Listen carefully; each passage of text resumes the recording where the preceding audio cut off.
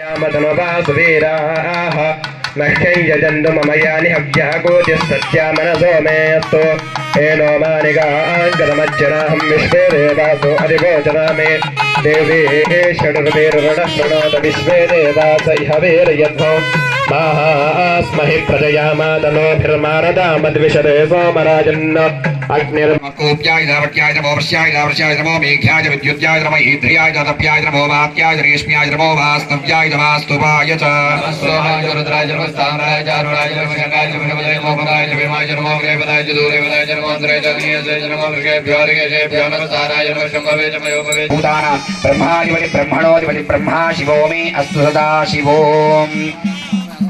समर्पयामि भवाय देवाय नमः सर्वाय देवाय नमः ईशानाय देवाय नमः पशुपतेर्देवाय नमः रुद्राय देवाय नमः उग्राय देवाय नमः भीमाय देवाय नमः महतो देवाय नमः भवस्य देवसमज्ञे नमः सर्वस्य देवसमज्ञे नमः।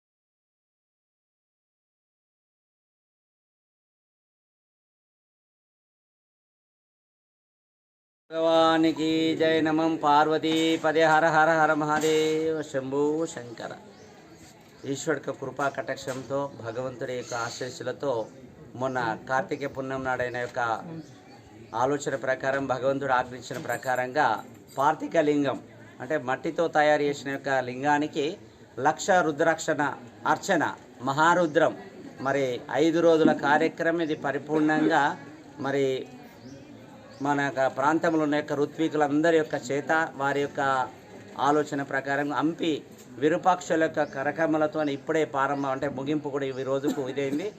మరి ఇట్లా 5 రోజులు మహాశివరాత్రి దాకా కూడా రాత్రి 12 గంటల దాకా కూడా ఇది నిరంతరం కూడా నడుస్తుంది. కాబట్టి వారి వారి భక్తుల యొక్క సమయం తీసుకొని ఆ 1,00,000 రుద్రాక్షల మీద ఒక మట్టి యొక్క పాత్రతోని మరి పవిత్రమైన నీళ్లు ఓం నమ శివాయ అనుకుంటా చేస్తే మన జీవితం తరిస్తుందని శాస్త్రం పురాణాలు చెప్తున్నాయి. కాబట్టి మన శివ పురాణంలో చెప్పినట్టుగా 1000 రుద్రాక్షలు తీసుకుంటేనే మహారుద్రుడు అని చెప్పిండ్రు వాస్తవంగా. మరి అలాంటి యొక్క పరమశివుడికి మనము 1,00,000 రుద్రాక్షలు వేసి దర్శన భాగ్యం కూడా మనం చేసుకుంటున్నాం. కాబట్టి మీ అందరికీ చాలా చాలా భగవంతుడి కృపా కటాక్షం ఉండి మరి నిరంతరం కూడా ఈ 5-6 రోజులు నిరంతరంగా కూడా భగవత్ కార్యం ఇది ఆనందంగా కూడా తృప్తిగా జరుగుతుంది. కాబట్టి మీ అందరి యొక్క ఆశీస్సులతో ఆ పరమేశ్వరుడి యొక్క కృపా కటాక్షంతో మరి అమూల్యమైన యొక్క ఋత్వికుల ద్వారా మరి స్వామి కరకములతోని మనకైంది. కాబట్టి ఇది ఆనందిస్తున్నాం పరమాత్మని అదే తృప్తి.